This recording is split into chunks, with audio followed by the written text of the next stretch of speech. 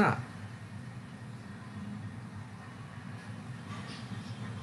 আপনাদের অবশ্যই তো ব্রাউজার আছে, ঠিক না? এই যে গুগল মিটে আপনারা ক্লাস করতেছেন, সবার কম্পিউটারে তো ব্রাউজার আছে, আপনার ব্রাউজারটা ইনস্টল দিয়ে নেবেন। আচ্ছা, আপনারা ব্রাউজারটা ইনস্টল করে নেবেন। আর একটা সফটওয়্যার হচ্ছে notepad plus plus, notepad plus plus, এটা ডাউনলোড করে নেবেন। এরপর পাশাপাশি যদি আপনারা চান, আপনারা ব্র্যাকেট অথবা আমি সাজেশন করব visual studio code, visual studio code, এটাকে ডাউনলোড করে নেবেন। কারণ এটাতে সুবিধা হবে কি, আপনারা শুরু থেকে যদি এটার সাথে ফ্যামিলিয়ার থাকেন তাহলে আপনাদের অনেক হেল্প হবে। হেল্পটা কি, যেমন আপনারা তো একটা সময় প্রোগ্রামিং ল্যাঙ্গুয়েজ শিখবেন। হ্যাঁ বলুন।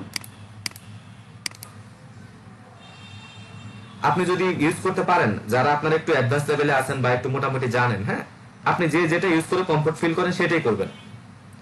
যে যেটা ইউজ করে কমফোর্ট ফিল করেন আপনি সেটাই করবেন। যেমন অনেকে আছেন আপনারা already visual studio code use করতেছেন, কেউ সাবলাইম টেক্সট ইউজ করতেছেন, কেউ পিএইচপি স্টোন ইউজ করতেছেন, তাহলে তো আর আপনাকে বলার কিছু নেই। বাট আমি নতুনদের উদ্দেশ্যে বলতেছি, আপনারা যারা নতুন, একেবারে নতুন, আমরা সবাইকে নতুনে ধরে নিচ্ছি, আপনারা নোটপ্যাড প্লাস প্লাসটা ব্যবহার করবেন। তাতে হবে কি, আপনারা, আমরা তো কিছু শর্ট এক্সটেনশন ব্যবহার করি, হ্যাঁ, কিছু প্লাগইন ইউজ করে দ্রুত কোড করি প্রোডাক্টিভিটির জন্য। আপনার তো এখন সেটার দরকার নেই। আপনার দরকার হচ্ছে কোডটা একদম ধরে ধরে, প্রত্যেকটা স্মলার দেন, গ্রেটার দেন, প্লাস মাইনাস, প্রত্যেকটা জিনিস ধরে ধরে শিখা, প্র্যাকটিস করা। আর এখানে মূল কথা হচ্ছে আপনাকে প্র্যাকটিস করতে হবে। হয়তো আপনি ক্লাস করছেন, জিনিসটা বুঝছেন, কিন্তু আপনার প্র্যাকটিস নেই, লাভ নাই। কেন নাই? সোজা একটা কথা বলতে পারি যে বই পড়ে কখনো সাঁতার শেখা যায় না। আপনি কি বই পড়ে কখনো সাঁতার শিখতে পারবেন? বই পড়ে পারবেন না, আপনাকে পানিতে নামতে হবে। আপনি বই পড়ে সাইকেল চালানো শিখতে পারবেন? পারবেন না, কোনোদিনই পারবেন না। অনেকে আছেন কিন্তু মোটামুটি ধারণা আছে, কিন্তু প্র্যাকটিস নাই। আপনার এই নলেজটা আসলে কোনো কাজে আসবে না। অর্থাৎ আমরা যেই দিন যে ক্লাসটা করব সেটা খুব ভালোভাবে আমরা প্র্যাকটিস করব, গ্রুপে এটা নিয়ে আমরা ডিসকাস করব, ঠিক আছে? ওয়েব ডিজাইনিং হয়তো আপনাদের কাছে মনে হতে পারে মাত্র ওয়েব ডিজাইনিং শিখতেছি, এটা তো মাত্র শুরু। এটা কিন্তু মাত্র শুরু। ওয়েব ডিজাইনিং এর যে কি পরিমাণ মার্কেটে ভ্যালু আছে, হ্যাঁ, আমি আপনাদেরকে আস্তে আস্তে করে জিনিসটা প্র্যাকটিক্যালি দেখাবো। একদম প্র্যাকটিক্যালি আমি আপনাদেরকে জিনিসটা দেখাবো কেন ভ্যালু আছে। আবার অনেক ওয়েব ডিজাইনার আছে কাজ পায় না। পায় না কেন পায় না? এটা নিয়েও কারণ আছে। কারণ ভালো মতো পারে না, প্রফেশনাল না। কয়েকটা এসটিএমএল ট্যাগ শিখলো, ইমেজ শো করাইতে পারলো, একটা মেনু বানাইতে পারলো, ডিজাইনার হয়ে গেল। ডিজাইনার হয়ে যায় না। আপনি যে কাজ শিখেন সেটাতে যদি আপনি দাবি করতে পারেন যে আমি খুব ভালো কাজ পারি, ভাই, এটা ফিডব্যাক আসবে। আপনি যখন কোনো কাজ ভালো মতো শিখবেন, ভালো মতো পারবেন, আপনার সেটার ফিডব্যাক বাই প্রোডাক্ট, এটা থেকে আউটপুট আসবে।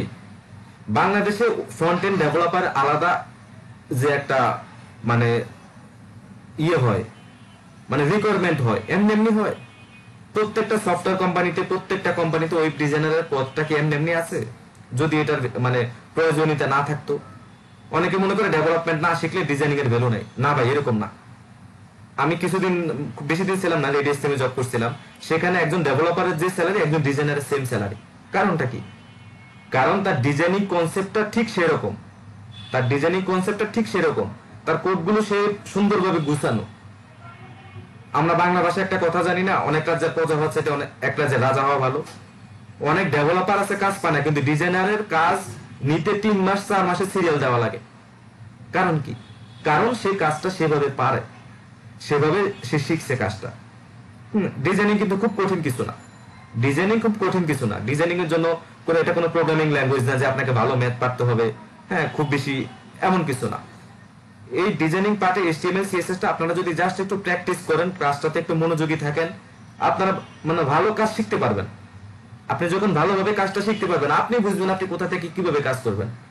প্রচুর পরিমাণ বাংলাদেশে এখন আইটি কোম্পানি তৈরি হচ্ছে, প্রচুর পরিমাণ, আপনারা বিশ্বাস করতে পারবেন না। ইয়াং ছেলেপেলে দেখা গেছে 23 বছর 24 বছর, আপনার 10-12 জনের একটা টিম নিয়ে সে অফিস দিয়ে বসছে, এমনি এমনি দিয়ে বসছে। এবং মানে স্মার্ট স্যালারি দিচ্ছে সবাইকে, স্মার্ট স্যালারি দিচ্ছে। আপনার আইটি কোম্পানিগুলো, বিশেষ করে আপনার যে রুলস এন্ড রেগুলেশন গুলো আছে, এগুলো একদম সরকারি রুলসের চাইতে ভালো।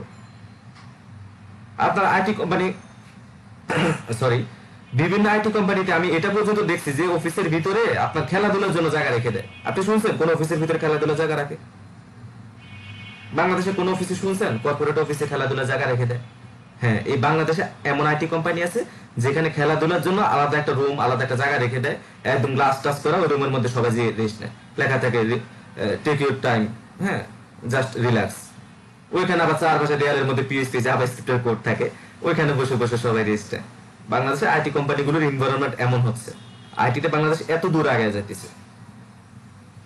এখন এই মানে আইটি কোম্পানিতে জব করার জন্য আপনাকে বড় প্রোগ্রামার হইতে হবে না, আপনি ডিজাইনটাই ভালো মতো শিখেন এবং আপনি বাইরে বোর্ডে এটা প্রুভ করেন যে আপনি অন্তত পক্ষে সেরাদের মধ্যে একজন আছেন। সেরা হইতে হবে না, সেরাদের মধ্যে একজন, মানে সেরাদের মধ্যে সেরা না হন, সেরাদের মধ্যে একজন থাকেন।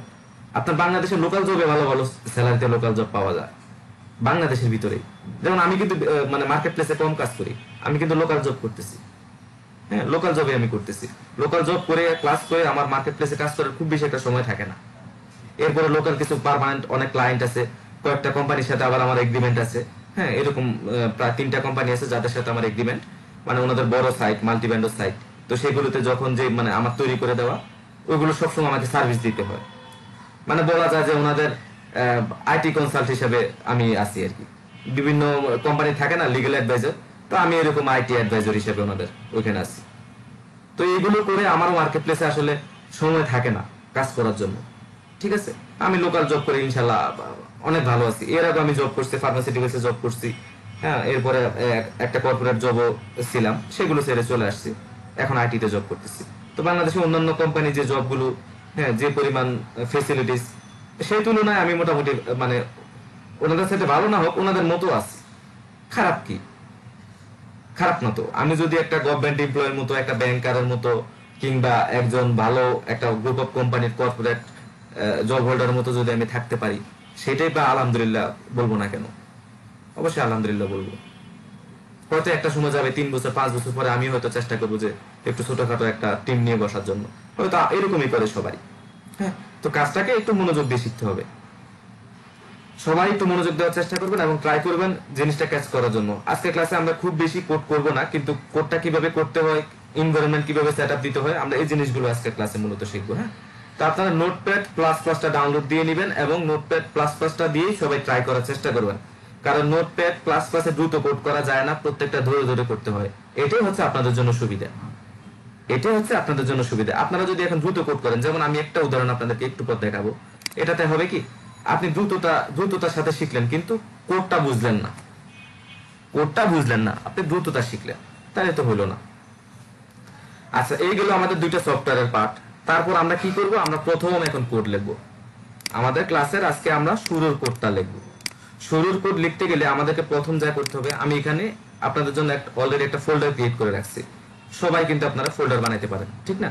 আমি এখানে এখন একটা ফাইল নিব। এই ফাইলটা নেওয়ার আগে আমি আমার কম্পিউটারের সেটআপটা বন্ধ করে রাখি, হ্যাঁ, আপনাদেরকে বোঝানোর জন্য। হ্যাঁ, ধরুন আমি প্রথমে একটা ফাইল নিব, টেক্সট ফাইল। আমরা তো মাইক্রোসফট ওয়ার্ডে মাইক্রোসফট অফিস ফাইল নেই, সেটা না, এই যে টেক্সট ফাইল, টেক্সট ডকুমেন্ট, এটা নিব। টেক্সট ডকুমেন্ট এটা নিব। এভাবে কিন্তু হবে না, কারণ এই যে এটা টেক্সট ডকুমেন্ট, এটা শেষে কিন্তু একটা এক্সটেনশন থাকার কথা ছিল। এটা শেষে একটা এক্সটেনশন থাকার কথা ছিল, যেরকম mp3 গানের শেষে থাকে .mp3, হ্যাঁ, ভিডিও গানের শেষে থাকে .mp4, এটাকে বলা হয় এক্সটেনশন। এই প্রবলেমটা নতুনরা সবাই পড়ে, প্রত্যেকটা ক্লাসে দেখা গেছে 2টা ক্লাস শেষ হয়ে গেছে, তারপরে এক্সটেনশন নিয়ে হাজার প্রশ্ন। ঠিক আছে, আপনারা প্রথমে এটা খুব মনোযোগ দিয়ে শুনেন এবং এটা আপনারা এই ক্লাস শেষ হওয়ার আগে সবার কম্পিউটার সামনে নেন, এটা ঠিক করে নেন। এটা নিয়ে গ্রুপে প্রচুর পোস্ট দেওয়া হয়, মেসেজ পাঠানো হয়। খুব সিম্পল একটা কাজ। এটা কি করতে হবে, আপনারা যাদের উইন্ডোজ 10 এই ভিউতে ক্লিক করবেন। আপনি যখন ফোল্ডারের ভিতরে আছেন অথবা মাই কম্পিউটারে ঢুকলেই এখানে দেখবেন ভিউ আসবে। ভিউ আসলে এখানে আসে ফাইল নেম এক্সটেনশন, এটাকে আপনারা চেক করে দিবেন। এটাকে চেক করার সাথে সাথে দেখেন .txt একটা এক্সটেনশন চলে আসছে, এটা কিন্তু আমি লিখি নাই। এই .txt দিয়ে বোঝায় এটা একটা টেক্সট ফাইল, এটা হচ্ছে একটা এক্সটেনশন। যেমন ইমেজের ক্ষেত্রে থাকে jpg, .png, .jpg, .wepm, web .webp, তারপর আরো অনেক এক্সটেনশন আছে ইমেজের ক্ষেত্রে। ভিডিওর ক্ষেত্রে .avi, .mp4, এরকম থাকে না? হ্যাঁ, এরকম থাকে। ঠিক আমরা প্রথম একটা টেক্সট ফাইল নিব। টেক্সট ফাইলটা নিয়ে আমরা এটাকে রিনেম করে ফেলবো। রিনেম আমরা এটার উপরে কার্সর দুইবার, মানে প্রথম ক্লিক করে আরেকবার ক্লিক করলেও আসবে, অথবা এটার উপরে একটা ক্লিক করে আমরা যদি রাইট বাটন ক্লিক করি, হঠাৎ computer slow, right button click করলে এখানে রিনেমটা আসবে, আমরা এটাকে রিনেম করে নেব। রিনেম কি, সামনের অংশ না, সম্পূর্ণটা করব, সম্পূর্ণটা। এটাকে আমি কেটে দিলাম, কেটে দিয়ে আমি যে কোনো একটা নাম লিখবো, আপনার যা খুশি লিখতে পারেন। তো কনভেনশন হচ্ছে প্রথম HTML ফাইল নিলে এটাকে ইন্ডেক্স ডট ইন্ডেক্স লিখতে হয়, ডট না ইন্ডেক্স। ইন্ডেক্সের পরে কি করব, আমি এবার আমার এক্সটেনশনটা লিখব। আমার এটা কিন্তু কোনো টেক্সট ফাইল হবে না, আমার এটা কোনো ইমেজ ফাইল হবে না, আমার এটা ভিডিও ফাইল হবে না, আমার এটা হবে কি HTML ফাইল। তাহলে আমি লিখব ডট HTML, মানে আমি HTML এক্সটেনশনটা দিয়ে নিলাম। তাহলে আমি ডট HTML এর আগে কিন্তু আমি যা খুশি লিখতে পারি, যেমন একটা ইমেজের অনেক নাম হয় কিন্তু শেষের ডট জেপিজি কিন্তু এক থাকে। MP3 এর ডটের আগে যে কোনো নাম থাকে, হ্যাঁ ডটের আগে অনেক নাম থাকে, রবীন্দ্রসঙ্গীত বিভিন্ন গানের নাম থাকে না, নাম থাকে, কিন্তু শেষে ডট MP3 কিন্তু ঠিকই থাকে। আপনারা এটা খেয়াল করেন না, কারণ সাধারণত কম্পিউটারের এই পার্টটা বন্ধ করা থাকে। হ্যাঁ আচ্ছা, আমি ফাইলটা ডিলিট করে দিই। এখানে একটা জিনিস আপনাদেরকে দেখানো হয়, এটাকে ডিলিট করে দিই, ডিলিট করে দিচ্ছি। এটা আপনারা দুইটাকে ওপেন করে রাখবেন, হিডেন আইটেম এবং ফাইল নেম এক্সটেনশন, এই দুইটাকে আপনারা চেক করে রাখবেন। এবার আসুন, আবার অনেকে সমস্যা পড়ে আপনাদের উইন্ডোজ 7 থাকলে আপনারা কি করবেন, সার্চ বক্সে যাবেন, সার্চ বক্সে গিয়ে লিখবেন ফোল্ডার অপশন, এটাতে এটা আসবে না কিন্তু, হ্যাঁ ফোল্ডার অপশন লিখবেন, ফোল্ডার অপশন, ফোল্ডার অপশন লিখে এটার ভিউতে যাবেন। ফোল্ডার অপশন যখন দিবেন আপনারা, হ্যাঁ ফোল্ডার অপশন দিলে এটার একটা ভিউ আসবে। হ্যাঁ এখানে তো আমারটা আসবে না যেহেতু উইন্ডোজ 10। হ্যাঁ ওটা ভিউতে গিয়ে ওইখানে গিয়ে চেক করা থাকবে যে হিডেন ফাইল এক্সটেনশন, এটা চেক করা থাকবে ওইখানে। কিন্তু কথা খেয়াল করবেন, উইন্ডোজ 7 এ এটা চেক করা থাকবে, আপনি আনচেক করে দিবেন। আর উইন্ডোজ 10 এ চেক করা থাকবে না, এরকম ফেজ থাকবে, আপনি এখানে চেক করে দিবেন। কারণ এখানে আছে ফাইল নেম এক্সটেনশনস, আপনারা লেখাটা পড়বেন, ফাইল নেম এক্সটেনশনস, এটা কি আপনি রাখতে চাচ্ছেন? হ্যাঁ আমি ওকে দিলাম। আর উইন্ডোজ 7 এ থাকে কি যে হিডেন ফাইল নেম এক্সটেনশনস, এটা টিক দেওয়া থাকে, আপনারা কি করবেন টিকটা তুলে দিবেন। এটা হচ্ছে উইন্ডোজ 10 এবং 7 এর পার্থক্য। এটা নিয়ে প্রচুর পোস্ট দেওয়া হয়, অনেকে আছে দুইটা ক্লাস শেষ হয়ে যায় HTML বুঝে কিন্তু এই এক্সটেনশনটা বুঝে না। এই জন্য আমি এটাকে এত ছোট্ট একটা জিনিস বারবার আমি গুরুত্ব দিচ্ছি যে আমরা প্রথম এক্সটেনশনটা ঠিক করে নেব। ঠিক করে নিয়ে প্রথমে আমরা কম্পিউটার সেটআপ করব। সেটআপ করব কি, আমরা দেখব আমরা ব্রাউজারটা চেক করে নিব, তারপর নোটপ্যাড প্লাস প্লাস ডাউনলোড করব, ডাউনলোড করে এটা রেখে দিব। এটা সিম্পল, লাইট ওয়েট, খুব হালকা। তারপর আমরা কি করব, এই কম্পিউটারের এনভায়রনমেন্টটা সেটআপ করে নেব। সেটআপ করে এবার আমরা একটা ফাইল নিব, নতুন করে আবার নিচ্ছি, টেক্সট ডকুমেন্ট .txt আছে, আমরা সবটাকে রিনেম করে নেব। রিনেম করব কি, কন্ট্রোল A দিয়ে বা মানে অল সিলেক্ট করব, সিলেক্ট করে ইন্ডেক্স, আপনি ইন্ডেক্স না যা কিছু লিখতে পারেন, এই লেখাটা আপনি যা কিছু লিখতে পারেন। হ্যাঁ ধরুন আমি নিচ্ছি পিক্সেল, পিক্সেল আইডি .html। এই .htmlটা আমি যখন লিখবো তখন ব্রাউজার মানে তখন লেখাটা চেঞ্জ হয়ে যাবে। দেখেন এখানে ইয়েস আসতেছে, আপনি যেটা চেঞ্জ করতেছেন, আপনি কি এক্সটেনশন চেঞ্জ করবেন, একটা ওয়ার্নিং দিবে, সেখানে আপনার ইয়েস দিয়ে দিবেন।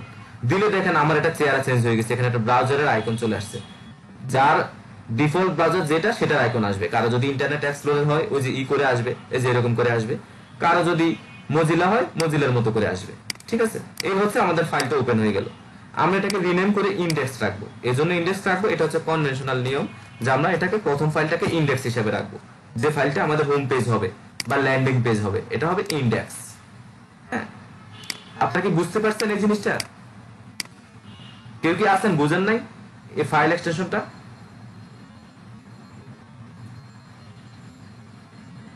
আচ্ছা আমি আবার বলে নিচ্ছি। হ্যাঁ এটা যে কোনো জায়গায় ঢুকে, মানে আমাদের কম্পিউটারের যে কোনো ফোল্ডারে ঢুকলেই হবে, যে কোনো ফোল্ডার। এই যে দিস পিসি, আমরা যদি এটা ওপেন করি, ওপেন করলে ভিউটা চলে আসবে।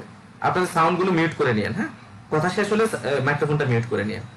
এখানে যে ভিউতে ক্লিক করবেন, ভিউতে ক্লিক করে ফাইল নেম এক্সটেনশনস, হ্যাঁ আপনারা এখনই এটা সেট করে নেন।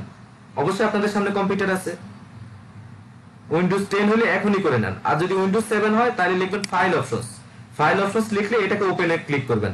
ওপেনে ক্লিক করলে দেখবেন এরকম ভিউ আসবে, এটা একটা পপআপ ওপেন হবে, হ্যাঁ বা মডেল বলি পপআপ বলি, এটা ওপেন হবে। ওপেন হলে এখানে ভিউ থাকবে, ভিউতে গিয়ে আপনারা ওইখানে থাকবে হিডেন ফাইল এক্সটেনশনস, সেটাকে আনচেক করে দিবেন। 7 এর জন্য আমি আর বলতেছি না। 10 এর জন্য আমরা কি করব, যে কোনো ভাবে যে কোনো একটা ফোল্ডার ওপেন করব, ওপেন করলে এখানে ভিউতে ক্লিক করব, ভিউতে ক্লিক করলে ফাইল এক্সটেনশনস, এটাকে আমরা চেক করে দেব। এইটুকুই, এটাকে চেক করে এবার আমরা যেখানে আমরা প্রজেক্টটা করব, এখানে চাইলে আমরা এখানেও করতে পারি, এখানেও যে কোনো জায়গায় করতে পারি, জাস্ট টেক্সট ডকুমেন্টস নিব, এখানেও করতে পারি। এখানে আমি লিখলাম index.html। আপনাদের মাইক্রোফোনটা অফ করে রাখেন, মিউট করে রাখেন। হ্যাঁ এই যে index.html দেখেন এটা আইকনটা চেঞ্জ হয়ে গেছে। ভিডিও কেন দেখা যাবে না বারবার, এটা কেন হবে না? ভিডিও সবাই দেখতে পারতেছেন না?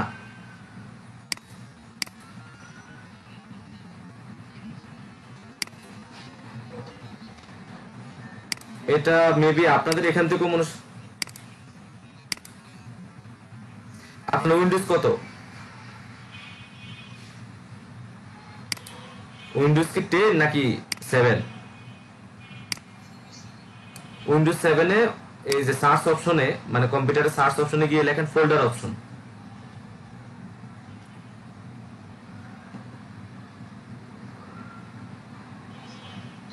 হ্যাঁ, ফোল্ডার অপশন এরকম একটা মানে সাদা করে ছোট করে একটা ইয়ে আসবে মডেলের। হ্যাঁ, এটা ওপেন করেন। হ্যাঁ, ভিউতে যান। হ্যাঁ, এখানে দেখেন হিডেন ফাইল এক্সটেনশনস, এখানে 4-5টি ইয়ে আছে, স্ক্রল করেন।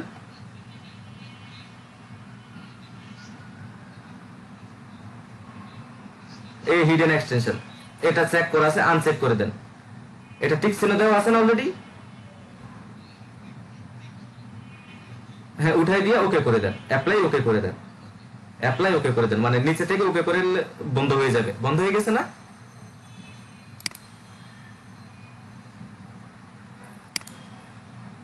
আপনি এবার ইয়েতে আসেন, এই যে আপনার হোমে আসেন, হ্যাঁ স্ক্রিনে আসেন, ডিসপ্লেতে এসে এরকম একটা টেক্সট ডকুমেন্ট নেন। অনেকগুলো থাকবে, আমি ওইগুলো মানে ভারী হয়ে যায় তো এটা দিয়ে শুধু আমি আপনাদের ক্লাস নেই, বাট আমার কাজ করা হয় পিসিতে। স্ক্রিনে এসে একটা ফাইল নেন, এই যে এরকম নিউতে গেলে এই যে টেক্সট ডকুমেন্ট। আমি আজকের ক্লাসটাতে আপনাদেরকে এটা নিয়ে মানে একটু বেশি সময় দিচ্ছি, কারণ আগে যতগুলো আমার ব্যাচ গেছে প্রত্যেকটা ব্যাচে এটা নিয়ে খুব মানে 2-1 খুব মানে 2-3 ক্লাস ধরে বুঝে নেয়, সমস্যা পড়ে গেছে, খুব সমস্যা পড়ছে। এই জন্য আমি এটাতে একদম অনেক সময় দিচ্ছি, যদি এটা 1 মিনিটে কথা বলে শেষ। ঠিক আছে, এখানে গিয়ে টেক্সট ডকুমেন্ট নেন, নিছেন? আপনি কি শুনতেছেন আমাকে?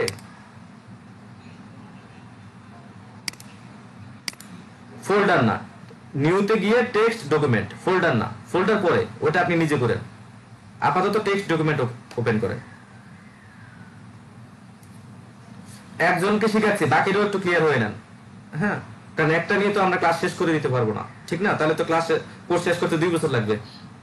আবার যারা সবাই তো আর মানে সবাইকে হেল্প করতে হবে, ঠিক আছে? সবাই সহযোগিতা করবেন, আপনারা ফলো করেন, ওনাকে দেখায় দিচ্ছি। আপনি কি এখন ফাইল টেক্সট ডকুমেন্ট নিছেন? এই যে এখানে যান, আপনি স্ক্রিনে যান, গিয়ে নিউ, এইভাবে রাইট বাটন ক্লিক করেন, ক্লিক করলে নিউ আসবে। নিউতে যান, নিউতে গিয়ে টেক্সট ডকুমেন্ট।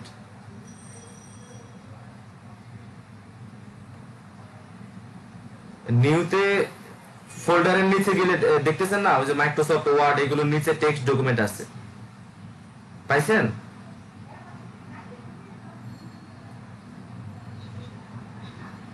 নিউতে কার্সর রাখলে পাশে দিয়ে ফোল্ডার এগুলো আসতেছে না? তো এটা নিচে আছে টেক্সট ডকুমেন্ট। আপনি আমাকে ফলো করেন, একটু আমাকে ফলো করেন, আপনি আমাকে ফলো করেন। হ্যাঁ, তো টেক্সট ডকুমেন্টের উপর ক্লিক করেন। ক্লিক করছেন? ওইটাতে ক্লিক করেন।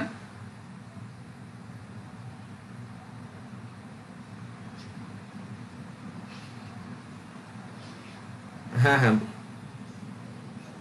নোটপ্যাড কেন আসবে? এরকম লেখা আসবে যে আমার স্ক্রিনটা খেয়াল করেন, আমি কি করলাম এটা এটা দেখেন। এই যে আমি কি করলাম, রাইট বাটন ক্লিক করলাম, করে এই যে টেক্সট ডকুমেন্ট দিলাম। খুব সিম্পল একটা কাজ, কিন্তু এটা বেসিক কম্পিউটার। এরকম আসছে, আমার মতো আসছে, এই ডট টিএক্সটি লেখাটা আসছে শেষে, তাহলে হয়ে গেছে, শেষ। তাহলে আশা করি এখন বাকি যারা আছেন তারাও পারবেন এটা নিয়ে, আশা করি। আর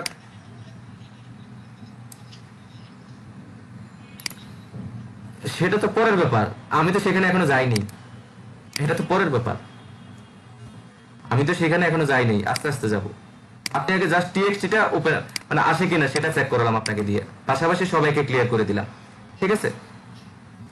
আচ্ছা, আমরা এখানে একটা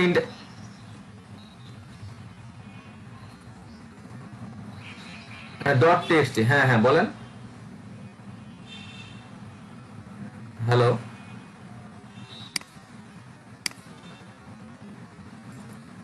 হ্যালো। না না, আরেকজন দেখলাম একটু নক করতেছিল ভাইয়া বলে। আপনি মিউট করে দেন আপনার মাইক্রোফোনটা। হ্যাঁ হ্যাঁ বলেন। জি শুনতেছি তো আপনার কথা। জি, ভিডিওটা রেকর্ড করে তারপর দেওয়া হবে।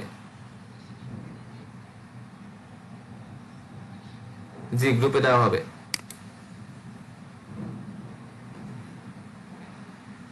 আচ্ছা ঠিক আছে। আচ্ছা, আমরা একটু ক্লাসে মনোযোগ দিই, আমাদের একটু দেরি হয়ে যাচ্ছে, কিন্তু আজকে আমরা আরো কিছু শেখার কথা ছিল।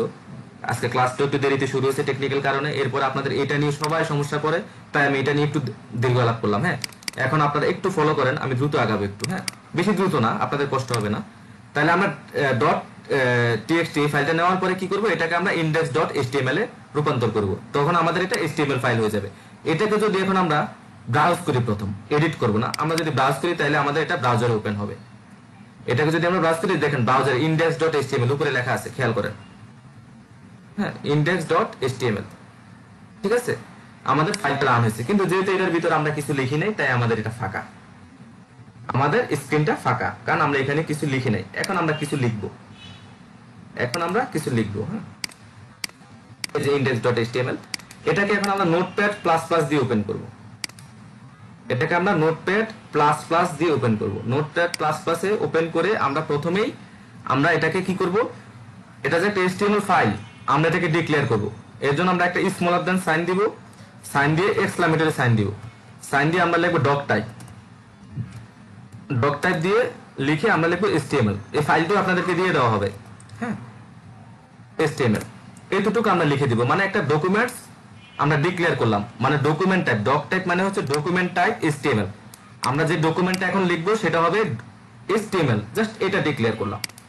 এটা ডিক্লেয়ার করার পরে আমরা দিব আবার একটা, এখানে কিন্তু গ্রেটার দেন সাইন দিয়ে আবার এটাকে অফ করে দিচ্ছি। হ্যাঁ, শুরু করছি স্মলার দেন দিয়ে, তারপর এক্সক্লামেটরি সাইন, তারপর ডক টাইপ এইচটিএমএল, এরপর এটাকে গ্রেটার দেন সাইন দিয়ে অফ করে দিছি, মানে ক্লোজ করে দিছি। তারপর আমরা কি করব, আরেকটা নিব, আরেকটা স্মলার দেন সাইন, এই যে স্মলার দেন সাইন নিলাম, নিয়ে আমরা কি করব, এটা তো স্মলার দেন সাইন মেবি। হ্যাঁ, যাই হোক, সাইনটা খেয়াল করেন আপনারা। এবার আমরা এইচটিএমএল লিখব, এইচটিএমএল, এইচটিএমএল লিখে এটাকে আমরা শেষ করে ফেলবো। ঠিক আছে, এটাকে আমরা শেষ করে দিব। তো এইচটিএমএল লেখার নিয়ম হচ্ছে, বেশিরভাগ ট্যাগগুলো আমরা শুরুতে ধরে নেই সবগুলোই। হ্যাঁ, শুরুতে আমরা ধরে নেই সবগুলোই। প্রথম থাকবে এভাবে স্মলার দেন এইচটিএমএল, তারপর গ্রেটার দেন দিয়ে আমরা এটাকে শেষ করব। আর এই এইচটিএমএলটা আমাদেরকে আরেকবার লিখতে হবে ক্লোজ করার জন্য। ওই সময় কি করব, কি করতে হবে, স্মলার দেন এর পরে একটা স্ল্যাশ দিতে হবে, স্ল্যাশ দিয়ে আমরা লিখবো এইচটিএমএল। এই, তাহলে আমাদের এই ট্যাগটা এখানে শুরু হলো, এটা একটা এইচটিএমএল ট্যাগ। হ্যাঁ, আর এখানে এসে শেষ হইলো। আমাদের ট্যাগটা কি হলো, এখান থেকে শুরু হলো, আবার এখানে এসে, এখান থেকে শুরু হলো, এখানে এসে শেষ হলো।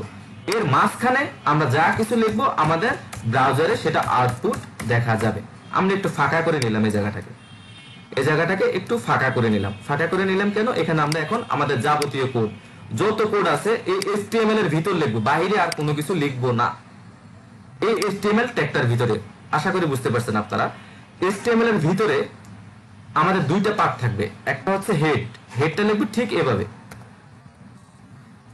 এভাবে শুরু করব, আবার এটাকে আমরা একটা স্ল্যাশ দিয়ে শেষ করব, এসিএডি শেষ করব। শেষ করে আমরা এটাকে কন্ট্রোল এস দিয়ে সেভ করব, কন্ট্রোল এস, অথবা আপনারা ফাইলে এখানে গিয়ে এই যে সেভ লিখে সেভ করে দিবেন, সেভ এজ অথবা সেভ। হ্যাঁ, সেভ এজ আমি দিচ্ছি না, আপনারা সেভ এজ দিয়ে সেভ করে নেবেন, আমি কন্ট্রোল এস দিয়ে সেভ করে ফেলছি। হ্যাঁ, এরপর আমরা হেড লিখলাম, হেডটাকে আমরা এবার ফাঁকা করব। আমরা কিছু কোড লিখবো হেডে, কিছু কোড লিখবো বডিতে, বডি। ঠিক আছে, আমাদের হেডে কিছু কোড থাকবে, বডিতে কিছু কোড থাকবে। হ্যাঁ, কোনটা থাকবে সেটা আমরা আস্তে আস্তে করে দেখব। আমরা আগে স্ট্রাকচারটা তৈরি করে ফেলি। হ্যাঁ, আমরা আগে স্ট্রাকচারটা তৈরি করে ফেলি, বডিটাকেও আমাদের শেষ করতে হবে, বডিটাকেও আমাদেরকে শেষ করতে হবে। এই যে দেখেন, আমি প্রথমে কি করলাম, আমি প্রথমে এইচটিএমএল ট্যাগটা নিলাম, নিয়ে হ্যাঁ এটাকে শুরু করলাম, তারপর শেষ করলাম। তারপর এটার ভিতর কি করলাম, হেড নিলাম, হেডটাকে শুরু করলাম, হেডটাকে শেষ করলাম। তারপর আমি নিলাম বডি, বডিটাকে শুরু করলাম, বডিটাকে শেষ করলাম। সিম্পল এই কয়টা কোড, এটা হচ্ছে আমার মেইন স্ট্রাকচার, এটা হচ্ছে আমার মেইন স্ট্রাকচার। এখন আমি হেডের মধ্যে কি কি লিখবো? সাধারণত হেডে আমরা যা কিছু লিখি ব্রাউজার সেটাকে আউটপুট দেখায় না, শুধুমাত্র আমরা এখান থেকে টাইটেলটাকে প্রিন্ট করব। টাইটেলটা কি আমরা একটু পরে জানবো টাইটেলটা কি। হেডের মধ্যে সাধারণত আমরা যে সিএসএস লিখবো, জাভা স্ক্রিপ্ট কোড লিখবো, অথবা অন্যান্য যে এক্সটার্নাল জাভা স্ক্রিপ্ট এবং সিএসএস লাইব্রেরি গুলো আছে সেগুলোর লিংক, মানে যাবতীয় লিংক গুলো আমরা এখানে লিংক দেখাবো। হেডের ভিতরে আমরা লিংকটাকে কল করব, মেটা ট্যাগ লিখবো, ঠিক আছে, বিভিন্ন মেটা ট্যাগ গুলোকে আমরা লিখবো, এগুলো হচ্ছে হেডে। আর বডির ভিতরে আমরা লিখবো ওই যে আমরা ছবি, তারপরে হচ্ছে লেখা, এগুলো আমরা প্রিন্ট করব বডির ভিতরে। তাহলে আমরা হেডে কি করি, কিছু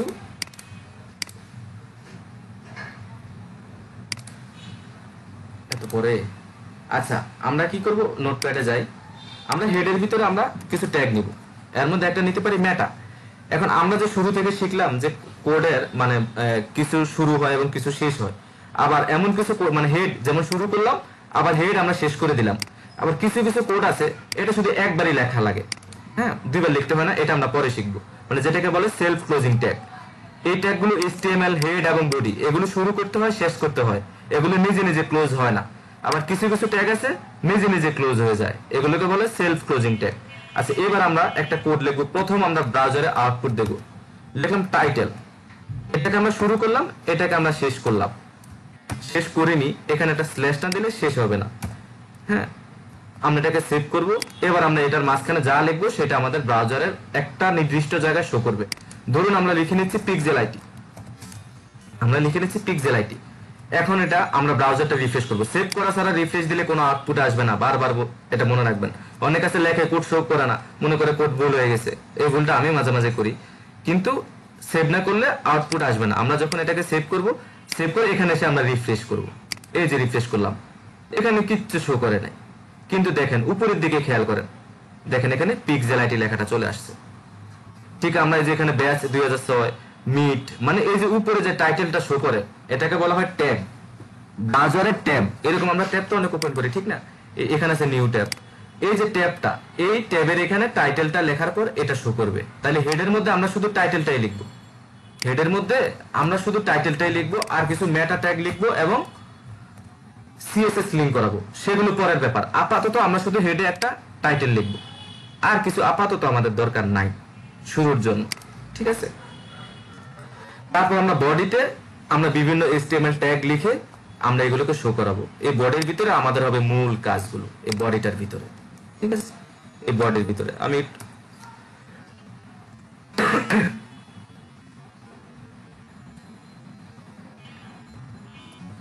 ট্যাব দিবেন, ট্যাব, এই যে ট্যাব চাপ দিবেন, ট্যাব দিলে এই যে একটা একটা করে আগাবে ট্যাব, হ্যাঁ, তাহলে কি কোডগুলো গুছানো দেখা যায়।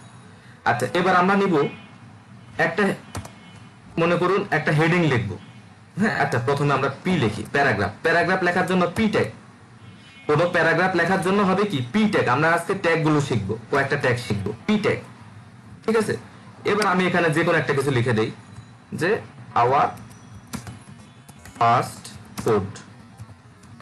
এখন আমরা এটাকে সেভ করব, সেভ করে যদি আমরা এটাকে ব্রাউজারে রিফ্রেশ করি, রিফ্রেশ করলে যে দেখেন আওয়ার ফার্স্ট কোড লেখা চলে আসছে, এখানে আমাদের প্রথম কোডটা আমরা শো করলাম, আওয়ার ফার্স্ট কোড। এখন আমরা চাইলে আরো কিছু লেখা এনে এখানে দিতে পারি। ধরুন আমি কোনো একটা জায়গা থেকে একটু কপি করে নিয়ে আসলাম, এখান থেকে একটু কপি করে, কারণ এতটুকু টাইপ করা তো সময়ের ব্যাপার, ঠিক না। আমি লেখাটা সরি, আমি ভিজুয়াল স্টুডিও কোডটা বারবার চলে আসি, আওয়ার ফার্স্ট কোড, আমি এটাকে ওই লেখাটা থাকুক, আমি নিচে আরেকটা পি ট্যাগ নিই, আরেকটা পি ট্যাগ নিলাম, নিয়ে এটাকে শুরু করলাম এবং পি ট্যাগটাকে শেষ করে দিলাম, স্ল্যাশ দিলে শেষ, হ্যাঁ। এখানে বড় হাতের পি হয়ে গেছে, যদিও HTML এর কেস সেনসিটিভ না, কিন্তু তারপরও ট্যাগ গুলো সব হবে ছোট হাতের। আবার বলে নিচ্ছি, HTML কেস সেনসিটিভ না, আপনি বড় হাতের দিলেও আউটপুট আসবে, কিন্তু আমরা সবকিছু ছোট হাতের লিখবো, ট্যাগ গুলো ছোট হাতের লিখবো। এখানে ভিতরে লেখা না, কিন্তু ভিতরেটা হচ্ছে কন্টেন্ট, কন্টেন্ট আপনি যা খুশি লিখতে পারেন, আপনি যা খুশি লিখতে পারেন। পি ট্যাগের ভিতরে আমরা এবার লেখাটা রেখে দেই, এই যে পেস্ট করে দিলাম, পি ট্যাগটা এখানে এসে শেষ হলো, এখানে শুরু হলো, হ্যাঁ। এবার আমরা এটাকে সেভ করি, সেভ করে আমরা ব্রাউজারে আউটপুটটা দেখি, এটাকে রিফ্রেশ করব, রিফ্রেশ করলে এই যে লেখাটা চলে আসছে, এই যে লেখাটা চলে আসছে। এখন আমাদের মনে হইতে পারে এই যে দেখেন আওয়ার ফাস্ট কোড, এই লেখাটা যদি বড় হইতো তাহলে সুন্দর দেখা যাইতো না? আমরা যদি ওয়েবসাইটে যাই তাহলে দেখবেন হ্যাঁ একটা লেখা বড় থাকে, এই যে দেখেন আমাদের সম্পর্কে একটা লেখা বড়, হ্যাঁ আবার এটা ছোট। এটা সিএসএস করে বড় করা যায়, মানে আমরা যদি ফন্ট সাইজটা বাড়ায় দেই সেটা বাড়বে, কিন্তু এইচটিএমএল এই আপনি চাইলে এটাকে বড় করতে পারেন এইচটিএমএল কোড দিয়ে। আমরা যদি এখানে লিখি এস ট্যাগ মানে হেডিং, হেডিং এর জন্য এস ট্যাগ, এস এর আবার ধরন আছে H1, আমরা H1 লিখলাম, হ্যাঁ এরকম ভাবে S6 পর্যন্ত আছে, এরকম ভাবে S6 পর্যন্ত আছে। এখন আওয়ার ফার্স্ট কোডটা আমরা ওইখানে রেখে দিলাম, পি ট্যাগটা আমরা কেটে দিব আপাতত কিছুক্ষণের জন্য, আমরা কেটে দিলাম। সরি, এখন আমরা আউটপুটটা দেখব। এখন আমরা আউটপুটটা দেখব। দেখেন আওয়ার ফার্স্ট কোড লেখাটা বড় হয়ে গেছে, বোল্ড হয়েছে এবং লেখাটা বোল্ড হয়ে গেছে। এরকম ভাবে আমরা আরো কয়েকটা ট্যাগ নিই, আছে এরকম S2 ট্যাগ, এটাকে আমরা শুরু করব শেষ করব, এটাকে আমরা শুরু করব শেষ করব, ঠিক আছে। এর ভিতর আমরা কিছু লিখে দেই, দিস ইজ হেডিং 2। এবার আমরা এটাকে সরি আমি দ্রুত করব না আপনাদের জন্য, আমি প্রত্যেকটা কোড আস্তে আস্তে করে লিখবো, হ্যাঁ প্রত্যেকটা কোড। আমরা কিন্তু আরো অনেক দ্রুত কোড লিখি S3। এখন আমিও আপনাদের মতোই, আমরা শিখতে গেলে তো আপনাদের মতো করে শিখতে হবে, ঠিক না? আমি দেখেন প্রত্যেকটা কোড ধরে ধরে লিখতেছি, হ্যাঁ এটা লিখলাম দিস ইজ হেডিং 3, একটু কপি করে আনি, এত আবার লেখা যাবে না। দিস ইজ হেডিং 3, তারপর আমি নিতে পারি H4 ট্যাগ, H4 শুরু করলাম স্ল্যাশ দিয়ে H4 টাকে শেষ করলাম, হ্যাঁ এখানে শেষ হয়নি, এটা ভুল দিয়েছিলাম S4, এটাকে আমরা কপি করলাম আবার হেডিং 4। তারপর আমরা আরেকটা নিই, এটাকে একটু স্পেস দিয়ে কমাই দিই, এটাকে আমরা S5 নিলাম, S5 টাকে শেষ করি নি স্ল্যাশ করে নি, হ্যাঁ এখানে আমরা লিখে দিলাম হেডিং 5, S5 S6 পর্যন্ত হয়, আর কিন্তু হয় না, তার মানে S11 12 এটা এরকম সিস্টেম নাই, 6 পর্যন্ত হেডিং 6 পর্যন্ত হয়, হ্যাঁ হেডিং 6 শুধুমাত্র 6টা ক্যাটাগরি। এটা হচ্ছে কি লেখার সাইজটাকে বড় করে ছোট করে। এখন আমরা ব্রাউজারে আউটপুট দেখব। সেভ করছি, সেভ করলে এখানে সবুজ আসবে, সেভ না করলে লাল থাকবে, সেভ না হলে এখানে লাল থাকবে। এই যে দেখেন 6টা হেডিং আসছে। তাহলে আমাদের এক এক সময় এক এক সাইজ নেওয়া লাগতে পারে, যেই সময় যে সাইজ নিতে চাই আমরা সেই হেডিংটাকে আমরা এইভাবে লিখবো। সবচেয়ে বড় হচ্ছে H1, লেখা সবচেয়ে বড় আসবে H1 এ, তারপর হবে S2 তে, তারপর 3, এইভাবে ক্রমান্বয়ে S6 পর্যন্ত দিতে পারি। এখন এই যে হেডিং গুলো লিখলাম, আমরা এখন আরেকটা জিনিস দেখবো, কমেন্ট করা। হ্যাঁ কমেন্ট কেন করা লাগে? কমেন্ট দুইটা কারণে করা লাগে। একটার কারণ হচ্ছে অনেক সময় আমাদেরকে কিছু কোড আছে, এটা এখন আমরা আউটপুট দেখবো না, আবার কোডটা কাটবো না, খেয়াল করেন কথাটা। ধরেন আমি এখানে একটা প্যারাগ্রাফ আগে নিয়ে রাখছিলাম না, হ্যাঁ একটা প্যারাগ্রাফ আমি লিখে রাখছিলাম না, আওয়ার ফার্স্ট কোড, এটা এরকম লেখা ছিল না, আওয়ার ফার্স্ট কোড, হ্যাঁ পি। এখন আমার কাছে মনে হচ্ছে কি এটা আমার এখন দরকার নাই, আওয়ার ফার্স্ট কোড এটা এখন আমার দরকার নাই, আমি এটাকে এখন একটু আমি হাইড করে রাখবো। হাইড করার নিয়ম হচ্ছে কি, আপনি কোডটাকে কমেন্ট করে রাখবেন, কোডটাকে কমেন্ট করবেন কিভাবে? হ্যাঁ আমি এটাকে একটু ফাঁকা করে নেই, তাহলে আপনারা ভালোভাবে দেখতে পারবেন। একটু ফাঁকা করে যেটা আমরা পিটাকে কমেন্ট করব, এটা মোস্ট ইম্পর্টেন্ট, দেখে নেন। হ্যাঁ এই যে আমরা এখানে কি করব, ঠিক এরকম ভাবে আমরা একটা স্মলার সাইন দিব, সাইন দিয়ে এক্সক্লামেটরি সাইন দিব, দিয়ে এবার দুইটা হাইফেন। দেখেন সব কমেন্ট হয়ে গেছে, কিন্তু সব তো কমেন্ট করবো না, আমরা তো শুধু পিটাকে কমেন্ট করব। এখানে এসে আবার দুইটা হাইফেন দিয়ে গ্রেটার দেন দিয়ে দিব। এখন দেখেন পিটা কমেন্ট হয়ে গেছে, কালার অন্যরকম হয়ে গেছে টোটালি। এই কমেন্ট করলে হবে কি, এই কমেন্টের ভিতর মানে এই ট্যাগ এবং এই ট্যাগ, এটা হচ্ছে কমেন্ট ট্যাগ HTML এর, এটার ভিতরে যে কোডটা থাকবে সেই কোড ব্রাউজার পড়বে না, ব্রাউজার সেটাকে রিড করবে না, কিন্তু আপনার কোডটা রয়ে গেছে, আপনার কোড রয়ে গেছে, কিন্তু ব্রাউজার সেটাকে পড়ে নাই। এখন আপনি যদি মনে করেন যে হ্যাঁ আপনার অনেকক্ষণ কাজ করার পর মনে হয় এবার আমার এটা ওপেন করা দরকার, এটা কেটে দিবেন, সেভ করেন, এখন আবার ব্রাউজার এটা শো করবে। মানে লেখাটাকে আপনি কমেন্ট করে রাখলেন। আমরা যে শুধু এটাকে আমি কন্ট্রোল জেড দিয়ে রাখি, এটাকে আমি কমেন্টই করে রাখলাম, কন্ট্রোল জেড দিয়ে আমি এটাকে কমেন্ট করলাম। এই শুধু এই জন্য যে আমরা কমেন্ট করব তা না, অনেক সময় আছে আমাদের প্রজেক্টটা অনেক বড় হবে, বড় হইলে আমরা কোন জায়গায় কি লিখলাম এটার ডেফিনেশন আমরা দিয়ে দিতে পারি কমেন্ট করে। যেমন আমি যদি বলি এটা হচ্ছে হেডিং, এটা হচ্ছে হেডিং, আমি ট্যাগটাকে ক্লোজ করে নেই, না হয় সব ইয়ে হয়ে যাবে। এখানে আমি কি করব, ধরুন এখানে আমি কমেন্ট করে রাখবো যে দিস ইজ হেডিং। এখানে কিন্তু কোনো HTML কোনো কোড নাই, তাহলে কি হলো এই পার্টটা দেখে আপনি বুঝতে পারেন দিস ইজ হেড অথবা হেডিং সেকশন স্টার্ট অথবা হেডিং মানে কিছু একটা লিখতেন। এটা তো আর ব্রাউজারে প্রিন্ট হবে না, এটা হেডিং সেকশন স্টার্ট। হ্যাঁ, আবার আপনি কি করলেন, এটাকে কপি করলেন, কপি করে আপনি নিচে লিখে দিলেন হেডিং সেকশন এন্ড। তাহলে কি হলো, আপনার কোডটা যে শুধু আপনি করবেন তা না, আপনার এই কোডের উপর ডেভেলপার কাজ করবে। এরপরে দেখা গেল 2-5 বছর পরে ক্লায়েন্ট অথবা যার এই প্রজেক্টটা সে চিন্তা করবে আমার এটা একটু চেঞ্জ করা দরকার, আমার ব্যবসা বড় হয়েছে বা আমার প্রতিষ্ঠান বড় হয়েছে, সেই কোডের উপর কিন্তু আরো কেউ কাজ করবে। তো সে যাতে এগুলো পড়ে দেখে বুঝতে পারে যে হ্যাঁ এখানে এটা রাখছে, আচ্ছা মেনু, আচ্ছা আপনি কমেন্ট করে দিলেন যে দিস ইজ মেনু পার্ট অথবা menu part menu section start, নিচে লিখে দিলেন মেনু সেকশন এন্ড। তাহলে কি হলো, যে কেউ এসে আপনার কোডটা দেখে পড়তে পারলো। আর কমেন্ট করে রাখার কারণে কি হবে, এটা ব্রাউজারে শো করবে না, এই লেখাগুলো কিন্তু ব্রাউজারে শো করবে না। ঠিক আছে, কমেন্ট থাকলো। এভাবে আপনারা লেখা কমেন্ট করে রাখবেন কোডগুলোকে। আচ্ছা, তাহলে আমরা পি ট্যাগ দেখলাম আর H1 থেকে H6 পর্যন্ত এই ট্যাগগুলোকে দেখলাম। আমরা আজকে আরো কয়েকটা ট্যাগ দেখব, ইমেজ ট্যাগ, অ্যাঙ্কর ট্যাগ, এরকম আরো কয়েকটা ট্যাগ আমরা দেখবো। আমরা একটু মডিউলটা দেখে নিই একটা। আমার মডিউলে আমাদের এক্সটেনশন দেখলাম, HTML ডকুমেন্টেশন দেখলাম, HTML এলিমেন্ট, এই যে আমরা ট্যাগগুলো লিখতেছি এগুলো হচ্ছে HTML এলিমেন্ট। হ্যাঁ, কমন ট্যাগস, এগুলো আমরা এখন একটু কমন গুলো আমরা একটু দেখে নিব। হ্যাঁ, কমেন্টটা দেখছি কিন্তু কমন আরো কিছু ট্যাগ আছে। এটা হচ্ছে বি, কোন লেখাকে বোল্ড করার জন্য। এখন ধরেন আপনি এখানে তো ব্রাউজারে এটা শো করতেছে, আপনার কাছে মনে হলো জার্নি লেখাটাকে একটু বড় করে হাইলাইট করে দেখানো দরকার। তাহলে এটা কিভাবে করবো আমরা, জার্নি লেখাটা এই যে এটা, তাহলে আমরা এটাকে কি করবো, একটা ট্যাগের ভিতর দিয়ে দিব। এটা হচ্ছে বি ট্যাগ, বি মানে বোল্ড, বি মানে হচ্ছে বোল্ড, সরি শেষ হবে তারপর বি, বি এটা দেওয়ার কারণে কি হবে, লেখাটা বোল্ড হয়ে যাবে। এই যে দেখেন, এই লেখাটা জার্নি লেখাটা বোল্ড হয়ে গেছে, সবগুলো লেখার ভিতর জার্নিটা কি হয়েছে, বোল্ড হয়ে গেছে। এটার জন্য কি ট্যাগ দেখেন, এগুলো কিন্তু হিউম্যান ল্যাঙ্গুয়েজের সাথে মিল আছে। HTML এই ট্যাগগুলো হিউম্যান ল্যাঙ্গুয়েজের সাথে মিল আছে। আমরা মাইক্রোসফট ওয়ার্ডে বোল্ড করে না লেখা, বি ট্যাগটা লিখে দিলে বোল্ড হবে। শুধু এতটুকু, আপনি যদি চান আরো লেখা নেন, বি ট্যাগের ভিতরে আপনি যা লিখবেন ওটা বড় করে আসবে।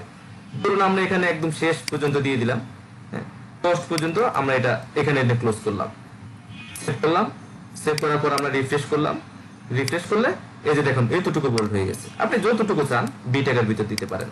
শুধু বি না, বি এর মতো আরো একটা ট্যাগ আছে, এটা লিখলেও লেখা বড় হয়ে যায়। এই যে ধরুন এজুয়াল কনসেন্ট্রেট, এটাকে আমরা করি, এটা হচ্ছে স্ট্রং ট্যাগ।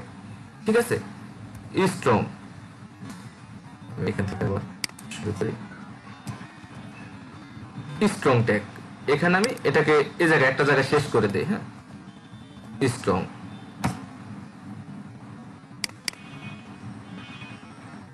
স্ট্রংটাকে এখানে শেষ করে দিলাম। এখানে স্পেলিং গুলো আছে আমার, স্ট্রং হয়েছে 8টা উঠেনি। হ্যাঁ, স্ট্রং, স্ট্রং শুরু করলাম, স্ট্রং শেষ করলাম। আপনাকে দেখতেছেন সবাই?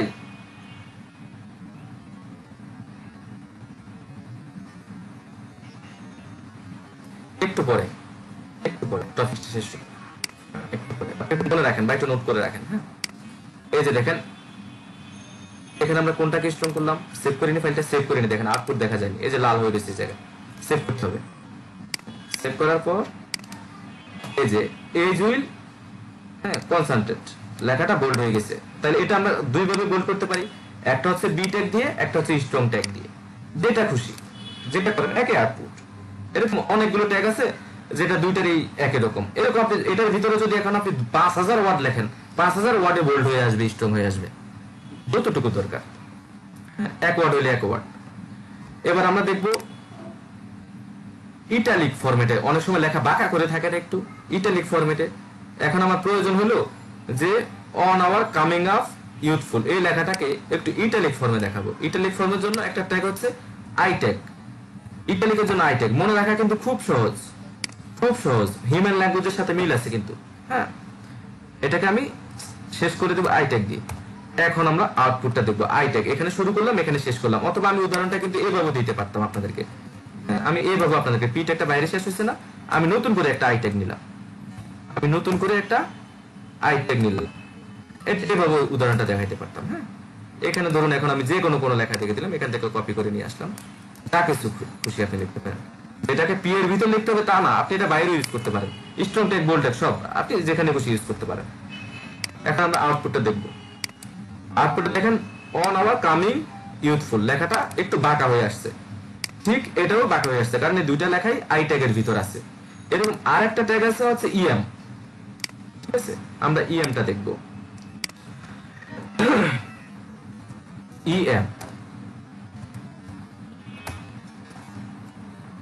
ইএম এর ভিতরে আমরা কিছু লেখা দিয়ে দিই, দিয়ে সেভ করে দিই, একই লেখাটা। আচ্ছা, এবার আমরা আউটপুট দেখব। তাহলে আউটপুটটা কি আসলো? আউটপুটটা এই যে কনভেনশনাল ওয়ার্ক, মানে যেখানে শেষ হচ্ছে সেখান থেকেই শুরু হয়েছে। কোন জায়গা থেকে শুরু হয়েছে আমি বুঝতেছি না, বিপদ হয়ে গেল না যে বুঝতে পারি না।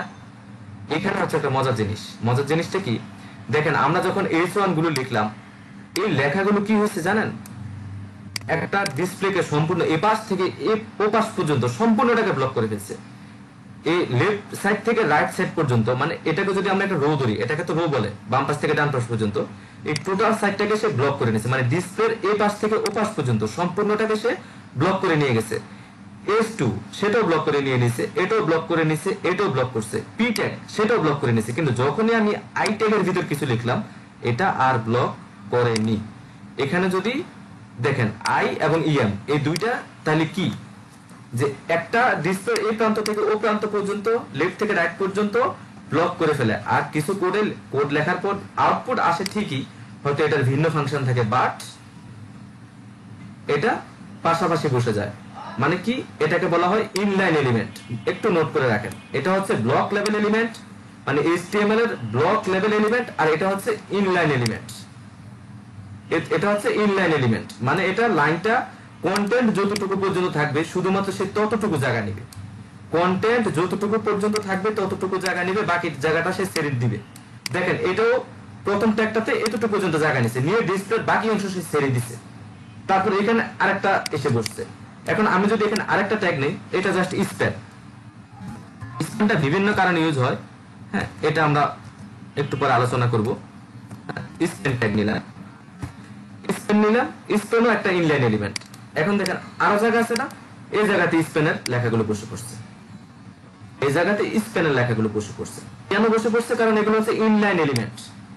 এই তিনটা ট্যাগই হচ্ছে inline element, inline HTML element, আর এগুলো হচ্ছে ব্লক লেভেল, মানে এগুলো ডিসপ্লেকে ব্লক করে দেয়। ঠিক আছে, এই স্প্যানের কোনো আউটপুট, স্পেশাল কোনো আউটপুট নাই। স্প্যানের স্পেশাল কোনো আউটপুট নাই। এটা কেন ব্যবহার করা হয় এটা আমরা CSS এ গেলে ভালো মতো বুঝতে পারবো। ধরুন আপনি এখানে আইটি লেখাটাকে একটা স্পেশাল একটা কালার দিবেন, আইটি লেখাটাকে স্পেশাল একটা কালার দিবেন। এখন এখানে যদি আপনি পি ট্যাগ নেন, খেয়াল করবেন, যদি আপনি এটার মধ্যে পি মানে H1 নেন, লেখা বড় হবে, বি ট্যাগ দিলে বোল্ড হবে, আই ট্যাগ দিলে ইটালিক হবে, কিন্তু যখন আমরা স্পেন ব্যবহার করব তখন এটার কোনো পরিবর্তন হবে না। কিন্তু আমরা কাজটা কি কাজে লাগবে আমাদের? এটা CSS অ্যাপ্লাই করার জন্য। এখন যখন আমরা আইটিটাকে স্পেন ট্যাগের ভিতর লিখে ফেলবো, হ্যাঁ, আমরা যখন এটাকে স্পেন ট্যাগের ভিতর লিখে ফেলছি, এখানে আমরা বিভিন্ন ক্লাস ইউজ করতে পারবো, বিভিন্ন ক্লাস ইউজ করতে পারবো HTML এর CSS এর জন্য। ঠিক আছে, আইটি লেখাটাকে বিভিন্ন স্টাইল দিতে পারবো, আমরা ক্লাস দিব না। ধরুন আমরা স্টাইল লিখে দিচ্ছি, সরাসরি স্টাইল, হ্যাঁ, আমরা স্টাইল লিখে দিচ্ছি। স্টাইল দিয়ে এখন স্টাইলটা আপনাদের CSS টা বুঝতে হবে না, এই স্টাইলের ভিতর কি আছে কেউ প্রশ্ন করবেন না, আমরা ভবিষ্যতে শিখবো এগুলো, আমরা ভবিষ্যতে শিখবো। আমরা একটা কালার দিয়ে নিচ্ছি, কালার রেড, হ্যাঁ, কালার রেড। এখন দেখেন এটা কিন্তু অন্য কোনো কিছু চেঞ্জ হবে না, শুধু কালারটা, এখানে আইটিটা কালার চেঞ্জ হয়ে গেছে। দেখেন এই যে একটু বড় করে দিচ্ছি, আইটি কালারটা চেঞ্জ হয়ে গেছে। ঠিক আছে, আর আমরা যদি টোটাল পিটাকে একটা কালার দিয়ে দেই, হ্যাঁ, টোটাল পিটাকে একটা স্টাইল দিয়ে নিলাম, হ্যাঁ, স্টাইল দিলাম, কি দিব, এটাকে আমরা একটা কালার দিয়ে নেই, কালার দিলাম ব্লু। তাহলে কি হলো, এই লেখাটার কালার, টোটাল লেখাগুলো চেঞ্জ হয়ে গেছে। দেখেন আইটিটা কিন্তু রেড আছে। এটা হচ্ছে স্প্যানের কাজ। স্প্যানের আর কোনো কাজ নেই, স্প্যানে স্পেশালি আর অন্য কোনো কিছু করে না, শুধুমাত্র স্টাইল ব্যবহারের জন্য স্প্যান ট্যাগটা। ধরেন আমি স্পেশালি এইটুকুকে অন্য কিছু একটা করবো, তখন অন্য একটা কালার দিব, তখন স্প্যান ব্যবহার করা হয়। আচ্ছা যাক, আমরা শিখলাম কি বোল্ড ট্যাগ, ছোট ছোট যে কয়েকটা ইনলাইন এলিমেন্ট বোল্ড, তারপর হচ্ছে ইটালিক আই, ইএম দিলে হবে তাও ইটালিক হবে, ইএম এবং আই দুইটা একই ট্যাগ, ঠিক আছে। আর হচ্ছে বোল্ড এবং স্ট্রং দুইটা একই ট্যাগ। তারপর আমরা স্ট্রিক্ট এখন দেখবো না, অত একটা ইম্পর্টেন্ট না। আমরা দেখবো ডেল, ডিলেট ডেল। অনেক সময় আপনারা যদি কোনো ওয়েবসাইটে যান তাহলে দেখবেন পূর্ব মূল্য এত, বর্তমান মূল্য এত কাটা দেওয়া থাকে। ধরুন এই নোট ব্যাগটা আমরা কেটে দিচ্ছি, এটার জন্য আমরা ব্যবহার করবো ডেল ট্যাগ। এটার জন্য আমরা ব্যবহার করবো ডেল ট্যাগ।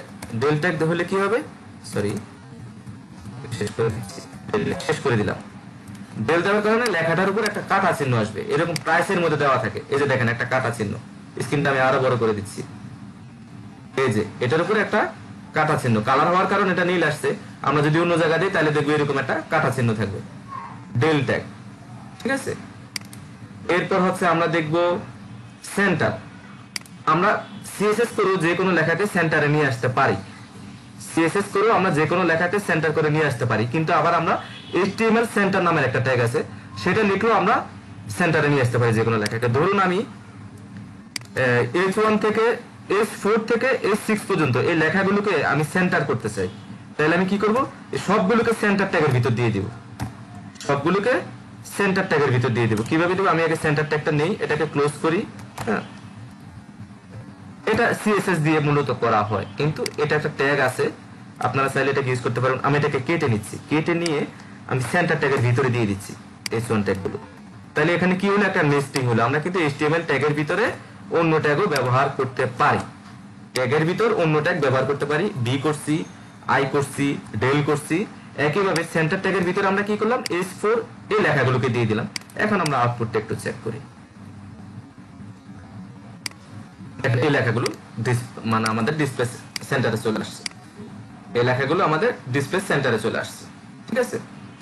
এরপর আমরা দেখব এখন সুপ্রিম স্ক্রিপ্ট এবং সাবস্ক্রিপ্ট, এই দুইটা ট্যাগ দেখবো এখন আমরা, সুপ্রিম স্ক্রিপ্ট এবং সাবস্ক্রিপ্ট। সুপ্রিম স্ক্রিপ্ট এবং সাবস্ক্রিপ্ট ব্যবহার করা হয়।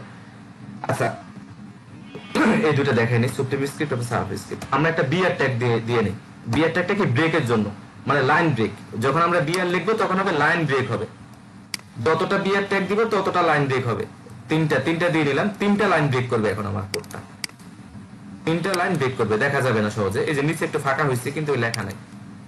আমরা যদি এটার ভিতরে ইএম এর পরে একটা ইনলাইন এলিমেন্ট ছিল না, আমি এটাকে একটা যদি বিআর ট্যাগ দিয়ে নেই, তাহলে দেখেন এখন লেখাটা নিচে চলে যাবে, মানে লাইন ব্রেক।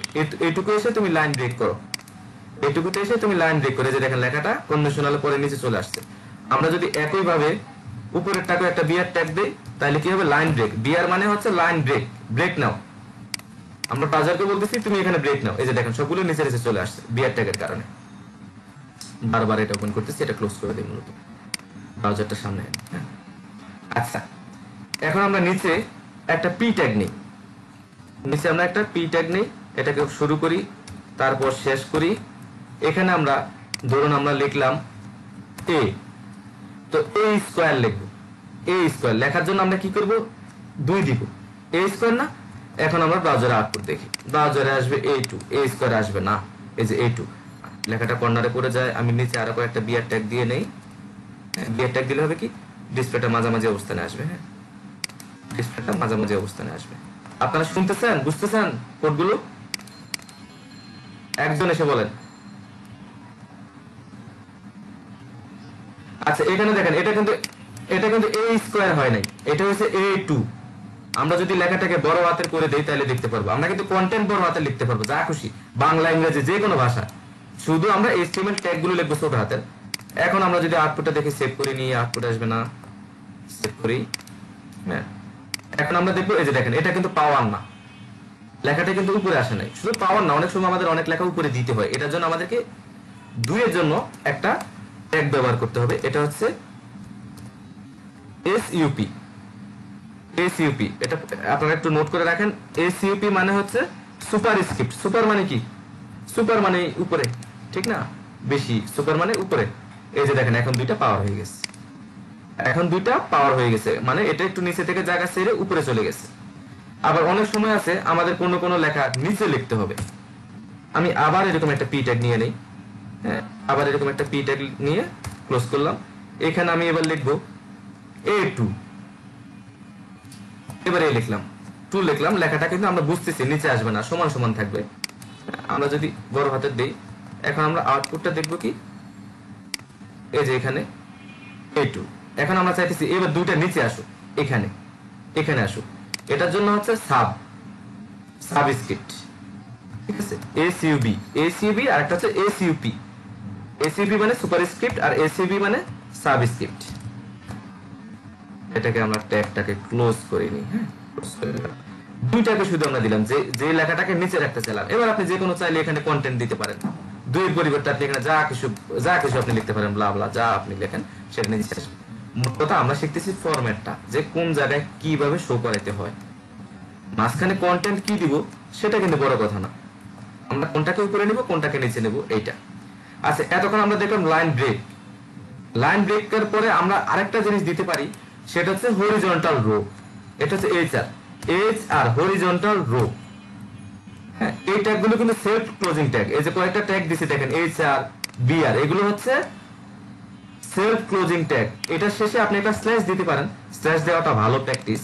হ্যাঁ, এই যে শেষে একটা স্ল্যাশ মানে কি, এই করে শেষ হবে না, মানে এটাকে আরেকবার লিখতে হবে না, আপনাকে দুইবার লিখতে হবে না। BR ট্যাগগুলোকে এবং HR ট্যাগগুলোকে দুইবার লিখতে হবে না, এটাকে বলা হয় সেলফ ক্লোজিং ট্যাগ। আমরা কিন্তু ইম্পর্টেন্ট 4টা জিনিস শিখলাম। একটা হচ্ছে ব্লক লেভেল এলিমেন্ট, মনে রাখতে হবে, এটা হচ্ছে থিওরি, একটা হচ্ছে ব্লক লেভেল এলিমেন্ট, একটা হচ্ছে ইনলাইন এলিমেন্ট। এই যে I tag, span, BR, EM, এগুলো হচ্ছে ইনলাইন এলিমেন্ট। এই যে সাব, সুপ্রিম, লাইন ব্রেক হয় না কিন্তু, এগুলো হচ্ছে ইনলাইন এলিমেন্ট। আমরা একটা থেকে ব্রেকিংটা সরাই নিই, তাহলে ইনলাইন এলিমেন্টের উদাহরণটা আপনাদের জন্য থাকবে, যেহেতু কোডটা আমি আপনাদেরকে দিব। হ্যাঁ, এই হলো inline element, break level element. আর আমরা এখন দিলাম HR ট্যাগ। HR ট্যাগটাও সেলফ ক্লোজিং ট্যাগ, একটু নোট করে রাখেন, সেলফ ক্লোজিং ট্যাগ। সে নিজে ক্লোজ করে দেয়, একে আর আলাদাভাবে মানে ওই যে এরকম করে ক্লোজ করতে হয় না, HR এরকম করে ওকে ক্লোজ করতে হয় না, এটা একটা কোড দিলে হয়। আপনি শেষে স্ল্যাশটা না দিলেও হবে, তবে স্ল্যাশটা ভালো। এটা দেখেন উপরে একটা হরিজন্টাল রো চলে আসছে, এই যে দেখেন ডিসপ্লে এই পাশ থেকে ও পাশ পর্যন্ত হরিজন্টালি একটা লেখা চলে আসছে, এই যে একটা মানে দাগ চলে আসছে। এটা হচ্ছে HR ট্যাগ, ঠিক আছে। কে যেন প্রশ্ন করতে চাইছিলেন, এবার করতে পারেন।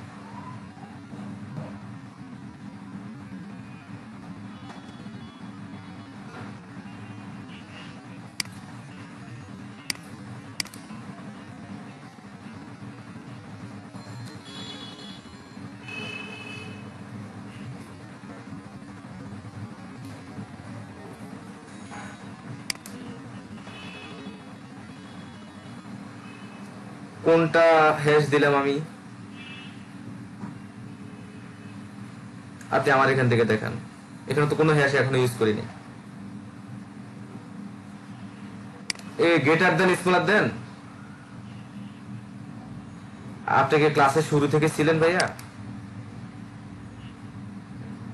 এটা হচ্ছে আমরা যখন HTML ট্যাগটা মানে যে কোনো HTML ট্যাগ লেখার জন্য আমরা এভাবেই লিখি, ট্যাগটা লিখতে হয়, এটা হচ্ছে নিয়ম। HTML এখন এক একটা লেখার তো এক একটা ফরম্যাট থাকে। এটাকে আমরা শুরু করব, এই যে ধরুন HTML টা যদি লিখতে যাই, হ্যাঁ, HTML লেখা শুরু করব, তারপর এটাকে আবার স্মলার দেন স্ল্যাশ, তারপর HTML, এরপরে গ্রেটার দেন, এটা দিয়ে আমরা ক্লোজ করে দেব। এটা হচ্ছে HTML ট্যাগ লেখার নিয়ম, স্মলার দেন দিয়ে শুরু, গ্রেটার দেন দিয়ে শেষ। হ্যাঁ, এটা নিয়ম, এটা না দিলে হবে না। এর মাঝখানে আমরা রাখবো আমাদের কন্টেন্ট গুলো, বুঝতে পারছেন অবশ্যই। আচ্ছা, থ্যাংক ইউ। এরপর আমরা এখন দেখব, এই যে আমি একটা লেখা কিন্তু অলরেডি লিখে ফেলছি, স্টাইল। এটা হচ্ছে আমার লেখাকে স্টাইল করার জন্য। আমি যদি চাই এখানে আরো কিছু ইউজ করতে পারি। আমরা একটা ছোট একটা লেখা নিই, নতুন করে একটা পি ট্যাগ নিই, হ্যাঁ, নতুন করে ব্রেকগুলো দিয়ে, ব্রেকগুলো আপনাদের দেখা মানে আশা করি বুঝতেছেন, ব্রেক দিতেছি মানে লেখাগুলো একটু ফাঁক মানে গ্যাপ রাখার জন্য, যদি এগুলোতে মার্জিন প্যাডিং ভবিষ্যতে ইউজ হবে, কিন্তু যেহেতু আমরা এখন স্টাইল শিখিনি, আমরা এভাবেই করব। হ্যাঁ, এখন আমরা একটা পি ট্যাগ নিব, শেষ করলাম। এর মাঝখানে আমরা একটা লেখা, যে কোনো একটা লেখা কপি করে নিয়ে আসি, ফ্রেশ একটা লেখা কপি করে আনি, অন্য লেখার দরকার নেই।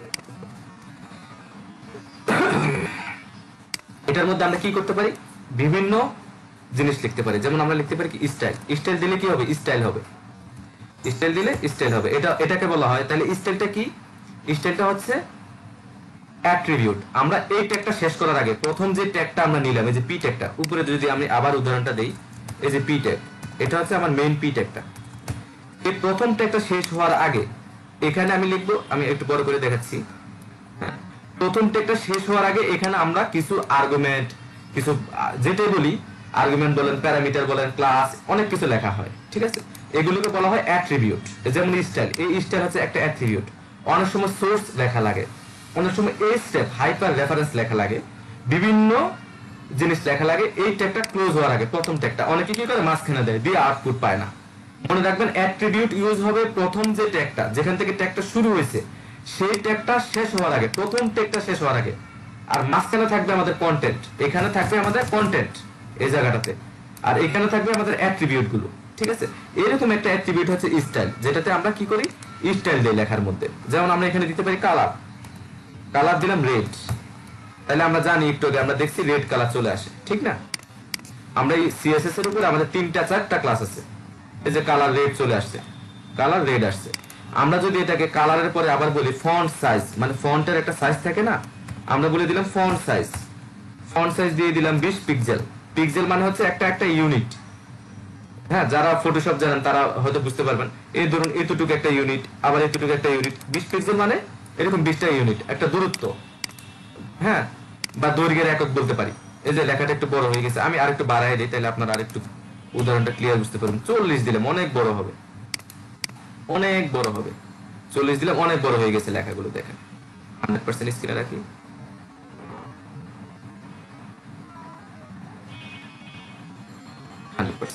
40 পিক্সেলের লেখাটা অনেক বড় হয়ে গেছে। এইরকম যত বাড়াবো তত বড় হবে। আমরা 40-এ রাখবো না, এটাকে 20-এ রাখি, ঠিক আছে? 20-এ রাখি। এরপরে আমরা একটা সেমিকোলন দিয়ে শেষ করব। এবার আমরা এটাকে ফন্ট ওয়েট দিতে পারি। এই যে আমরা একটু বোল্ড করছি না, এই বোল্ডের পরিবর্তে আমরা ফন্ট ওয়েট লিখে দিতে পারি। ফন্ট ওয়েট বোল্ড, এখানে আমরা সরাসরি বোল্ড লিখে দিলে লেখাটা বোল্ড হয়ে যাবে। ফন্ট ওয়েটের পরে একটা এই যে ইয়ে দিব, কোলন। তাহলে আমরা স্টাইলটা লিখে কি, প্রথমে আমরা যে ইয়েটা দিতে চাচ্ছি, প্রপার্টি, এটা হচ্ছে প্রপার্টি, প্রথমটা হচ্ছে প্রপার্টি।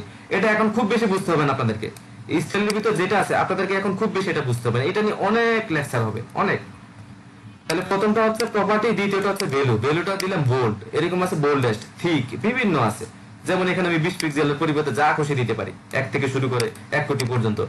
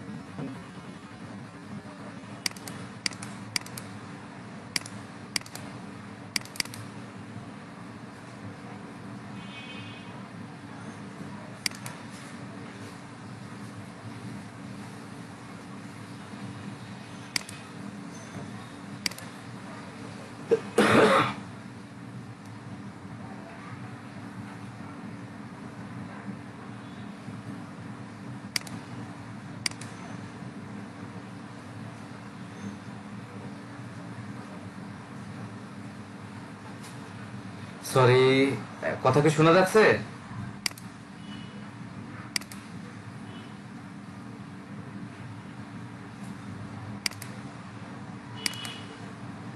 হ্যালো, শোনা যাচ্ছে? আচ্ছা, আমি ভুল করে ওই যে একটা ইয়েকে, নোটপ্যাডটা কাটতে যায় আমি ব্রাউজারে কেটে ফেলছি। হ্যাঁ, একদম অনাকাঙ্ক্ষিত ভাবে এটা হয়ে গেছে। আমি স্ক্রিনটা শেয়ার করে নিচ্ছি। হ্যাঁ,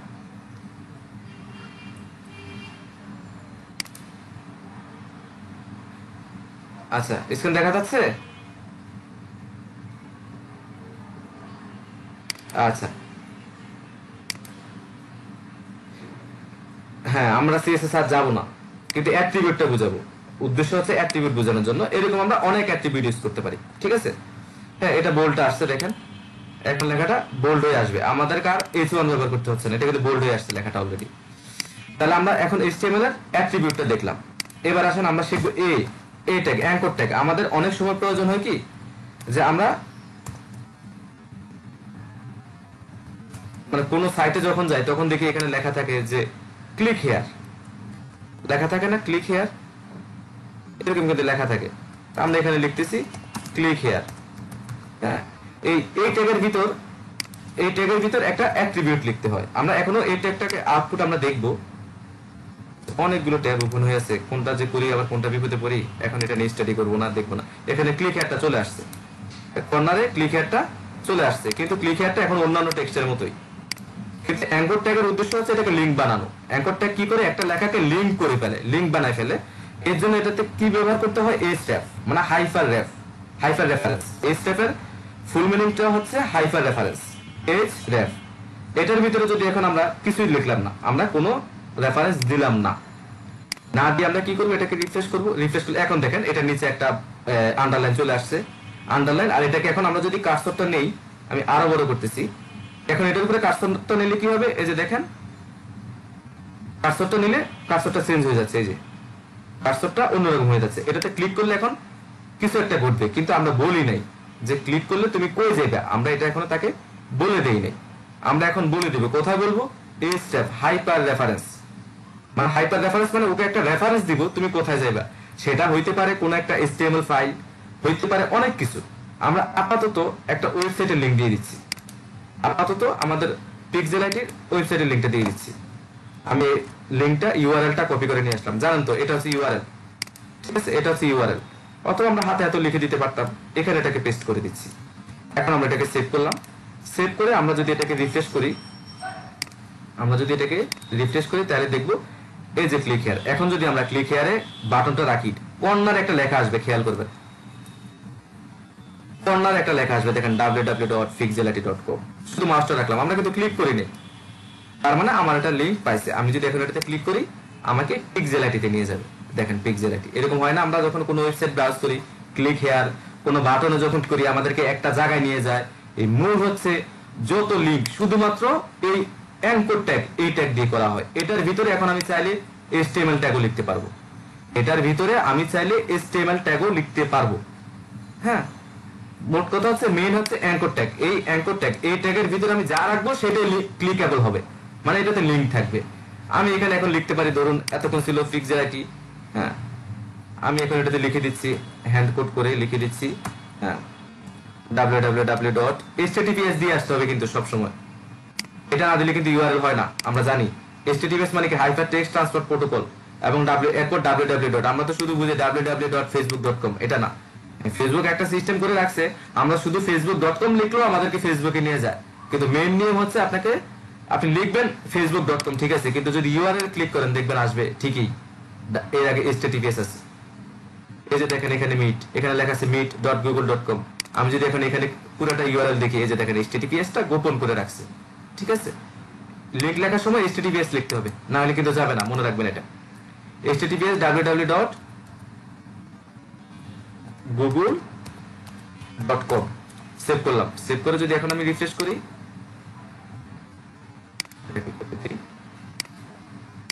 দেখে কাটি, এই যে এখানে এখন আমি এটাকে আবার রিফ্রেশ করব। রিফ্রেশ করে আমি ক্লিক হেয়ারে যাব। এটা যদি এখন আমি ক্লিক করি, কোথায় নিবে, আমাকে গুগলে নিয়ে গেছে। তাহলে আমরা লিংক করাটা শিখলাম। এখন আমরা এখানে চাইলে, আমরা এখন অনেক সময় আপনার মনে হতে পারে যে ক্লিক করলে এটার ভিতরে ঢুকতেছে কেন, আলাদা ট্যাব ওপেন হয় অনেক জায়গায়, দেখবেন যে আমি এটাতে ওপেন করাবো না। আমি ক্লিক করলে আমি যেই জায়গায় তাকে নিতে চাচ্ছি, আমি তাকে নতুন একটা ট্যাব দেখাবো। তাইলে আমরা একটা অ্যাট্রিবিউট লিখবো এখানে, এই স্টেপের পরে একটা অ্যাট্রিবিউট লিখবো, টার্গেট সমান সমান দিয়ে আমরা সব ধরনের অ্যাট্রিবিউট লিখি, প্রথম অ্যাট্রিবিউটটা লিখে একটা সমান সমান দেই, দিয়ে এইভাবে দিতে হয়, মানে ডাবল কোটেশন দিতে হয়। ডাবল কোটেশনের ভিতরে আমরা লিখবো আন্ডারস্কোর। খেয়াল করবেন এটা কিন্তু হাইপেন না, আন্ডারস্কোর। হ্যাঁ, আমরা লিখবো টার্গেট ব্ল্যাঙ্ক, তুমি একটা ব্ল্যাঙ্ক টেবিল নাও, আন্ডারস্কোর ব্ল্যাঙ্ক। এখন যদি আমরা রিফ্রেশ করে ক্লিক করি, দেখেন এখন সে আমার আগেরটা কিন্তু আছে, কিন্তু সে নতুন একটা ট্যাব নিয়ে নিছে। অ্যাঙ্কর ট্যাগ এতটুকু পর্যন্তই। আজকের ক্লাসে আমরা শুধু আর একটা ইমেজ দেখবো, ইমেজের পর আমাদের ক্লাসটা আজকে এখানে শেষ করে ফেলবো। হ্যাঁ,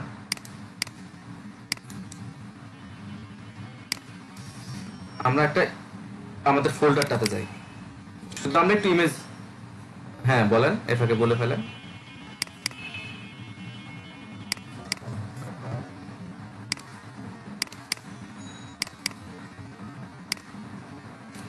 বুঝতে পারিনি, আবার একটু বলেন প্লিজ।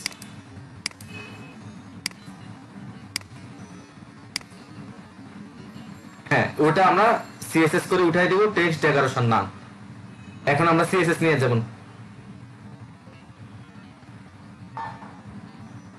বি ট্যাগ, স্পেসিফিক কোন লেখাকে বোল্ড করতে চাইলে আপনি বি ট্যাগ লিখবেন, এই যে বি, অথবা স্ট্রং, এই যে স্পেসিফিক এই লেখা, শুধু ফর কে করলাম, এই যে বি ট্যাগ। এখন দেখেন এটা ফরটা বড় হয়ে হয়ে যাবে, ফর হয়ে যাবে এখানে। ফরটা কোন জায়গায় আছে?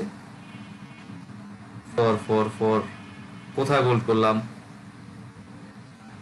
ফরটা আবার দেখে নেই, নিচের প্যারাগ্রাফে ফর, নিচের প্যারাগ্রাফে ফর। দেখা যাচ্ছে না ফর, দেখা যাবে না, কারণ আমরা লেখাটা এমনিতে বোল্ড করে রাখছি। আমরা লেখাটা, এই যে লেখাটা আমরা এমনিতে বোল্ড করে রাখছি স্টাইলে, খেয়াল করে দেখেন। এই যে এখানে ফন্ট ওয়েট বোল্ড, আমরা যদি এটা কেটে দিই তাইলে আপনি এটা দেখতে পাবেন। সেভ করি, এখন সবগুলো লেখা ছোট হবে, ফরটা, এই যে ফরটা বোল্ড আছে এখন, ঠিক আছে?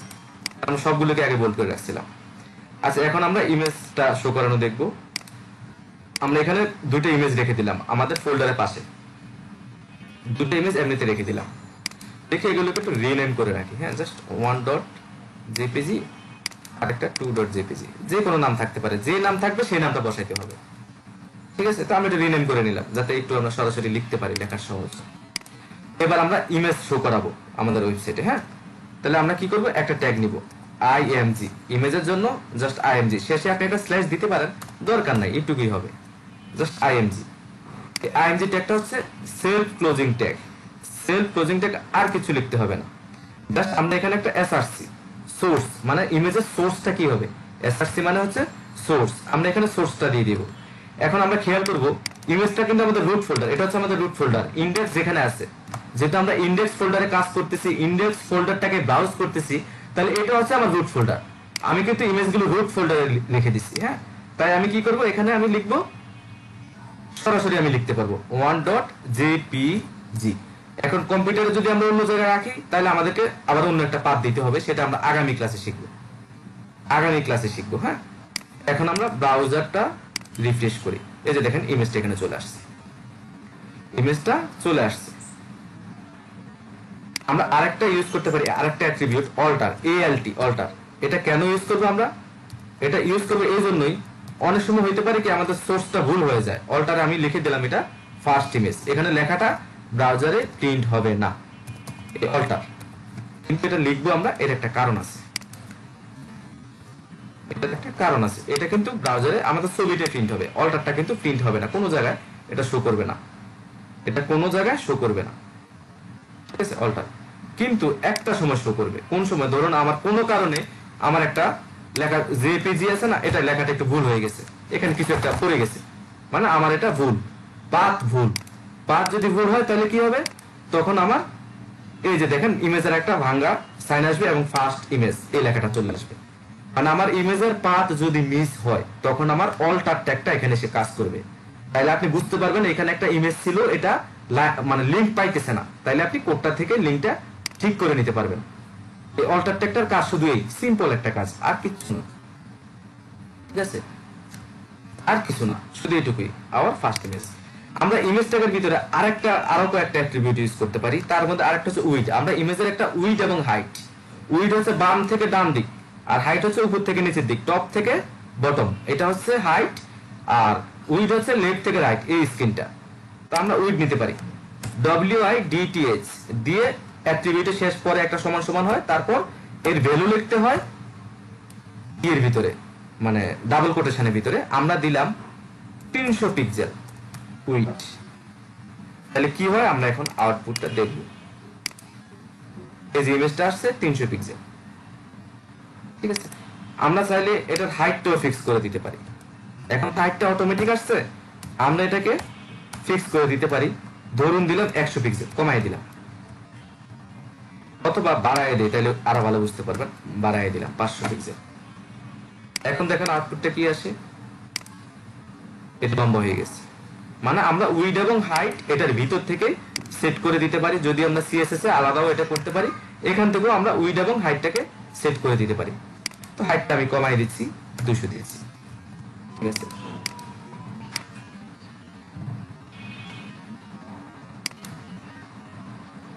হ্যাঁ, সমান থাকবে, অবশ্যই সমান থাকবে। ওইটা আমরা রেসপন্সিভ ওয়েব ডিজাইনে শিখবো, পরের পার্ট, অনেক পরের পার্ট। কিভাবে একই ইমেজ মোবাইলেও সুন্দরভাবে দেখা যাবে এবং ডেস্কটপেও সুন্দরভাবে দেখা যাবে, ট্যাবেও সুন্দরভাবে দেখা যাবে, সেটা আমরা সিএসএস এর শেষের দিকে গিয়ে এটাকে বলা হয় রেসপন্সিভ ওয়েব ডিজাইনিং। এটা আমরা শিখবো রেসপন্সিভ, হ্যাঁ, মানে সব ডিভাইসে রেসপন্স করবে সমানভাবে, এটা আমরা পরে শিখবো। তাহলে এখানে আমরা উইডথ এবার একটু বাড়াই দিই, 300 আছে না, আমরা 800 দিই, আর হাইটটাকে 600 করে দিই। এবার একটু সেভ করে রিফ্রেশ করি, রিফ্রেশ করলে এই যে এটা বড় হয়ে গেছে, ঠিক আছে। এইটুকু হচ্ছে ইমেজ। এখন আমরা চাইলে একটা ইমেজকে লিংক করাইতে পারি, এটা আমরা আগামী ক্লাসে দেখব, ঠিক আছে। আজকের ক্লাস আমাদের এটুক পর্যন্তই, আজকের ক্লাস আমাদের এটুক পর্যন্ত। সকালের মধ্যে আমি ভিডিওটা আপলোড দিয়ে দিব, আর সোর্স কোডটা আমি কিছুক্ষণ পরে দিয়ে দিব। আচ্ছা, ক্লাসের শেষে অনেকে জয়েন করছেন যারা পরিচয় দিতে পারেননি বা সবার সাথে পরিচিত হতে পারেননি, আপনারা কাইন্ডলি একটু শর্ট করে আপনাদের একটু নাম এবং আপনারা কে কোথায় আছেন একটু বলে যান। হ্যাঁ,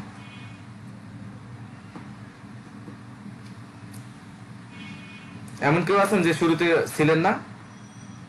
জাহাঙ্গীর আলম সম্ভবত ছিলেন না, এমডি জাহিদ আপনিও মনে ছিলেন না।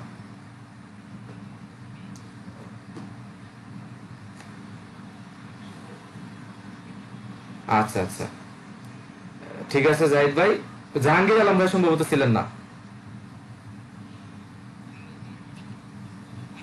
আচ্ছা আচ্ছা আচ্ছা, ছিলেন না, মনে করতে পারিনি। আচ্ছা আচ্ছা আচ্ছা আচ্ছা, যে ইউটিউব চ্যানেল, আপনার নামটা বলেন, এখানে তো নাম বোঝা যাচ্ছে না।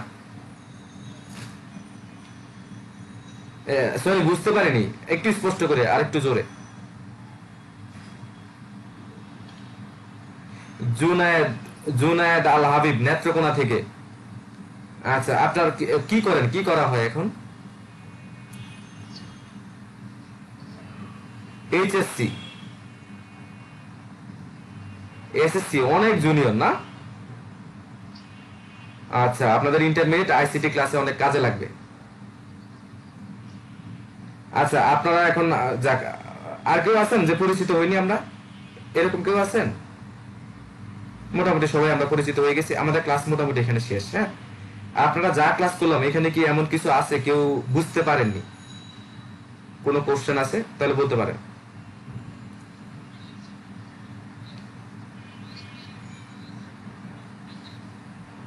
হ্যাঁ, অবশ্যই হবে। আপনারা আগামী ক্লাসে এগুলো প্র্যাকটিস করে আমাকে দেখাবেন, আমি দেখলে বুঝতে পারবো কোডটাকে আপনি কপি করছেন নাকি আপনি নিজে লিখছেন। এই কোডগুলো আপনারা ট্রাই করবেন, ইমেজ শো করাবেন, বেশি ইমেজ দিয়ে কাজ করবেন। আমি আপনাদের আমি আপনাদের কোডটা দেখবো, স্ক্রিন শেয়ার করবেন আপনারা, স্ক্রিন শেয়ার করলে আমি আপনাদের কোডটা দেখবো। আবার অনেককে বলবো সরাসরি লিঙ্কটা দিয়ে দেওয়ার জন্য, আপনারা ড্রাইভে আপলোড করে লিঙ্ক দিয়ে দিবেন, ঠিক আছে। হ্যাঁ, এরপর থেকে জুমে নিবো বা কখনো গুগল মিটও নিতে পারি, কখনো জুমে, এটা তো কারো সমস্যা হওয়ার কথা না। স্পেশালি আপনার, না না, আর তো রিপিট হবে না, আজকে তো আমাদের ক্লাস 1 শেষ, আর রিপিট কেন হবে?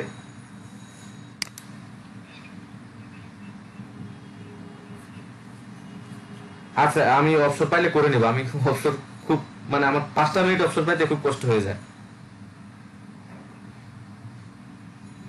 আচ্ছা, করে নিব, বা আপনারা একজন করে আমাকে ইনভাইট পাঠিয়ে দিন, আমি পরে অ্যাড করে নিব, ঠিক আছে। হ্যাঁ হ্যাঁ, বলেন।